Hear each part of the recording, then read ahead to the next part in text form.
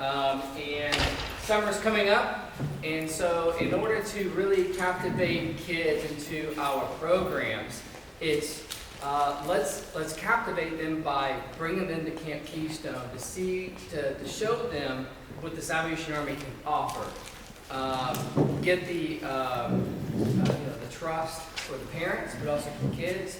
The parents and the kids can know what the Salvation Army can offer. But what a great way to do that with Camp Keystone. So, persons responsible, TSA is the Salvation Army. Didn't want to write all that out. Not your airport security. Our timeline is summer of 2022, which is right around the corner. We want to fill all slots available. Each corps has their own respective slots. We have to bring so many kids. We want to fill all those slots. We always bring kids from Leon County, which is where the city of Tallahassee is. But I know we've never brought kids from McCulloch County. And if we've ever brought kids from Gaston County, the number is just very small. I'm getting the no. So we've never brought kids from Gaston County and McCulloch County. So that's new areas we want to also captivate kids from bringing kids to Camp Keystone. And then our notes so that we can remember when we come back in 3 months or so what that is. That is focused on Gaston and McCulloch County to market our social and youth programs. How many kids is that you fill all the slots? I don't remember what our quota is. Is it more than 100 or? No, it's less. Now, my goal is to send at least 100 kids from Tallahassee, that's all the 3 respective counties, to Camp Keystone. We're given a slot. Last year was 10 kids. I think this year might be, our quota is like 25 kids. 50 kids, sorry. Our quota is 50 kids. I think we can do more than that, but baby steps. This is what Camp Keystone is telling me, bring 50 kids. But, do they have room for you to bring double your quota? We have to get permission. If we go above our allotted slot, I have to reach out to Camp Keystone and say, hey, I got more kids, can I bring them, do you have room? Wow. So, if I go above and beyond, I have to get that permission. But anyways, that's my personal goal. Bring 100. There we go. Our next step is mission planning study, which we are in the process of doing that now. We started that process back in, I think, November, mission planning study. So the person responsible is the Salvation Army and WPO Development. That is the organization, the company that is doing our mission planning study. And the report will be completed May of 2022. They're going to report their final report to our advisory board in May. Measure success is the completion of the study. And so the reason why we were doing the mission planning study is we know there are gaps in our social services, what the Salvation Army can do, youth, whatever that may be. And so we wanted to get a mission planning study to help identify what are those gaps, what do the community needs from the Salvation Army so we're not duplicating services, or we can help enhance the services in all the respective counties. So the completion of the study, they'll look at all areas, not just at the focus that you have currently on youth, right? Right, it's a broad. So now I have told them about what we are doing with our youth, but they're going with no mission in their own mind. It is a broad spectrum. What does Gaston County need from the Salvation Army? What does Leon County need from the Salvation Army? What does McCulloch County need from the Salvation Army? Okay. Yeah. And then the next key step is program proposal for Boys and Girls Club in McCulloch County, which I am just, in fact, I sent emails today about it. Yeah. So hopefully I'll be getting that program proposal. The Salvation Army is responsible for that. Myself and the team to fill that out.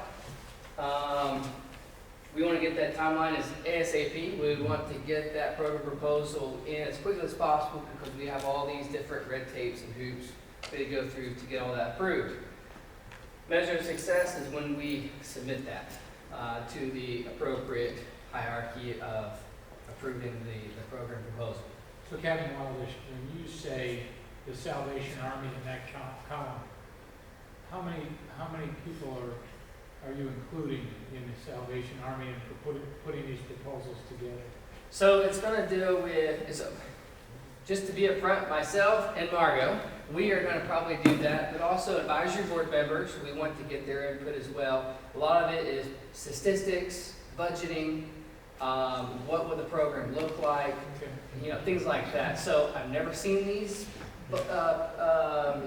program proposals yet. Yeah, all that goes along with the program proposal. You have to have the advisory board minutes, and you have all those things to go along with it, and they have to be attached together. So whenever it says TSA for Camp Keystone, for mission planning study, for the program proposal, for the youth programs below that, and then the last one too, whenever I see TSA, does that mean it's Captain Wildish and Margot? Not necessarily. Yes, but not necessarily. TSA is the Salvation Army, I know. which is our staff, which could involve advisory board. Okay. Yes, Margot, myself, but also. You have a new administrative assistant.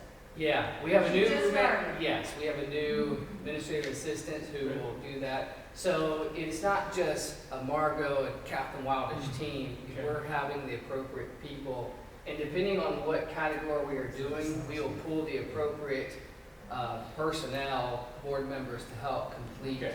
It sounds like he's trying to get to be specific. I Okay. understand. Is that what you're trying to do? I think I think the way we say it, okay, we're the team. Gotcha. We're the ones who are saying, this is what You we and Captain need, Wildish? and say, well, he's the team, and say, Rainey, can you help, our accountant, can you help with this? Julie in social services, we need So to. it gives out pull pieces. these information. Got it. And Savannah, would you compile all this? Okay. But the direction has to come down. Yeah, so we have to have a budget, which I'll go to my accountant and say, hey, can you help me put a budget together? For social services, hey, we need this in place. So I say TSA for the umbrella of the So team. many things. Because there's so many people involved with advisory. We have 13 advisory board members, so not everybody be involved in these, but it'll be certain people.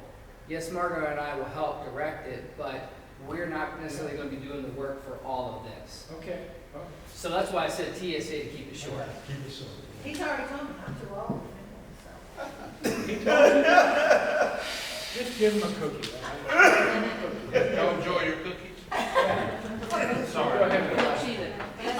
Sorry I brought that up. And then it is youth programs and also extend our social services outreach. We want our timeline is Memorial Day of 2022 to try and get these youth programs started and get them interacted with our everyday activities. It's coming soon. It is coming soon. And so how we measure is buy-in from the appropriate parties for both. And also agreement and an approval of programs.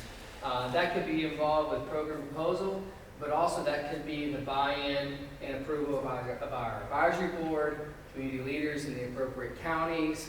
I mean, just a whole lot of people involved because it just can't be what our local Salvation Army can do, but it is the buy-in and approval from the appropriate parties. So what we've been talking about here, what Reggie's really been actively promoting, and I agree with him completely, is we're trying to look at collective impact, and I think we're also trying to look at ways that the Salvation Army can call a party for partners. I like what you're showing there.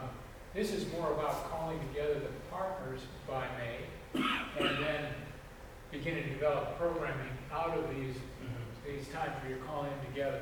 So this is kind of that, when Reggie was working with that triangle diagram earlier, this is kind of the core group that you're going to be aiming at. And I think you've got a lot of great things. This is, of course, something the Salvation Army wants to do every year. Right. This is something, and it contributes down to your youth programming. And then your mission planning helps you understand better how the Salvation Army can serve, which I think is outstanding. But really, when you get down to here, this is where you're beginning to really see your collaboration blossom and flourish down here. So, hey, let's hear it for Captain Wildish. I want to make one comment. Thank you. Okay, The bottom two Yeah. came from today. now, good. To do, go ahead and start the youth program without our big project. That came from today and from what y'all had helped us work through. Excellent. So, All right, that's, shall we bring this board over? the wind's blowing over here, I hear it blowing. Is this what we're doing? You didn't hear what I said. I said it's probably I not. heard you. I don't wanna talk to you anymore. You want to use this one too? That hurts my feelings. Exactly, all right. We'll come all the way over. I'm so sensitive. All right, we're clipping. We are clipping. No, not me. Okay. Where you going? All right, who's leading? Not me. Who's presenting? Somebody's gotta talk. Okay. Talk all the Let's time. go. She said, We're running out of time here. Talk all the time. Well, basically, we are like trying to restart what we begin our ideas on our first meeting. So basically, putting hands on it, and we did timeline. We set some timelines that we wanna to measure up what we are doing. First of all, today we contacted with the information of the contact person in the coalition that is already taking place. And Jerry we set up the meeting for, Yes. where we're gonna find out what can we do with them, how we can help to develop the initiative. Also, we schedule, once this happens, we are planning by the 18th of this month, team meeting with them and us, the leaders and our. And after that, we want to determine our why. How is our purpose to join them in that, according to the lead, and how we click on all Good. this, and we will determine our why. This came from Emily, and I would like that Emily start this part, because we believe that there is a need of a database. So maybe Emily can help us expand a little bit on this part. That'd be good. So, we're looking at the people who are boots on the ground with initial needs, people calling churches and nonprofits, and they're in crisis. Yeah. And what we're finding is there's, even people who've been doing this for 20 years, they're just now finding out about some of the other resources going on in our community, where, being able to, quickly get the information they need. So one of the ideas that I'd like to explore is, do we need another kind of a database? And it would be lovely, the dream, I don't know if this is going to work or not, but the dream would be to have one centralized database that either someone who's interviewing a client in crisis or the client themselves can enter in information in a simple form. And then that client could be tracked to see what organizations are going to be able to fill that need, and that form be sent to those organizations that would best be able to meet that need. And so that saves the client from calling dozens of different places, getting passed around from one person to another. Oh, call 211. And 211 says, no, call Salvation Army. And Salvation Army says, call 211. Kind of help limit those kinds of things. Make it simpler. That sounds good.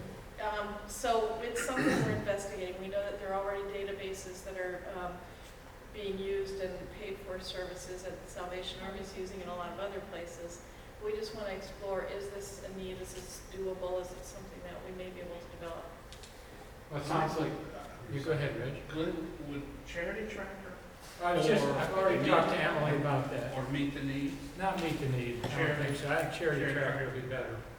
And we talked about it during one of the breaks here. I mean, because you're right, you're on, and that's what they do. Yeah. It costs money, but it costs you money if you don't do it. Right. And honestly, a lot of organizations are paying people for work that's already being done by other organizations. Yeah, Yeah, it's What, really good what stuff. we're talking about, Charity Tracker is a community-based, Mike Simon out in Birmingham, northern Alabama. They're out of Florence, Alabama. Yeah, Interesting. which is northern Alabama, Yeah. near Huntsville. And it doesn't matter where they are. But the point is, they've developed something, the government uses it a lot, and they use it a lot. It came out of the disaster, Katrina, I think. No. Before then, It came out before then. He was on my board of directors at Good Cities, and And Hugo. Mike Simon. and Hugo was part of it, the disaster, when all these people Yeah. were ill and around getting help from 30 different people, and nobody knew who had given what to who. Right.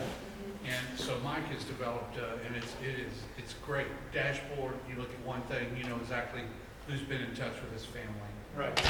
So, what I like about what I'm seeing here is you have immediate action steps, and your why will grow out of that. I think you've thought this through pretty well at this point. You couldn't make some decisions today without more information. Correct. So your plan is to gather that information and then be able to get your why in place and then move forward once you understand that. I think that this is the database, from what I can tell, is an underlying piece, and that meet the need, or not meet the need, but the charity tracker software could be a really big help, and they've refined it quite a bit, so Yeah. it's good stuff. And could help on that whole shared metrics piece Sure of the can. collaborative Yeah. path. Yeah. Well, good. Let's hear it for these guys. So we're nearing the end of our journey on this gathering here. We're going to be getting together again in May, but I just wonder, are there some things that you are taking away from this time that you're glad you were here for? What were some of the things that were highlights during this time that we had together? The importance of doing one, to always start with the one. Yeah. Reggie was saying to me earlier here, he was kind of wondering whether that would even hit home.